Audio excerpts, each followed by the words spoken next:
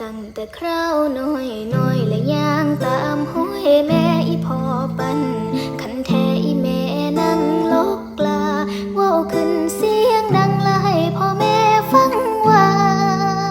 ใหญ่มาอีละอาอยากเป็นหมอเสียงเอิ้นใส่ละมาจากอีพ่อว่าสิรอมื้อนั้นเด้อคำอันว่าพ่อแม่นี่ละบ่ได้เรียนสู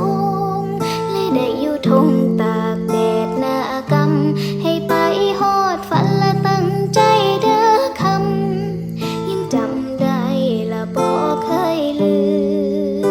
มเวลาผ่านไปใจก็ยังห้ำหอน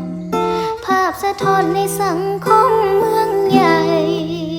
อันละฝันนั้นก็มาสร้างอยู่ไกลจากเมื่อใดสิไปฮอดบ่นอคือฮอดคราวเป็นเด็กน้อยแล้วเว้าอยู่จอยจอยว่าใหญ่มาคอยสิเป็นหมอเป็น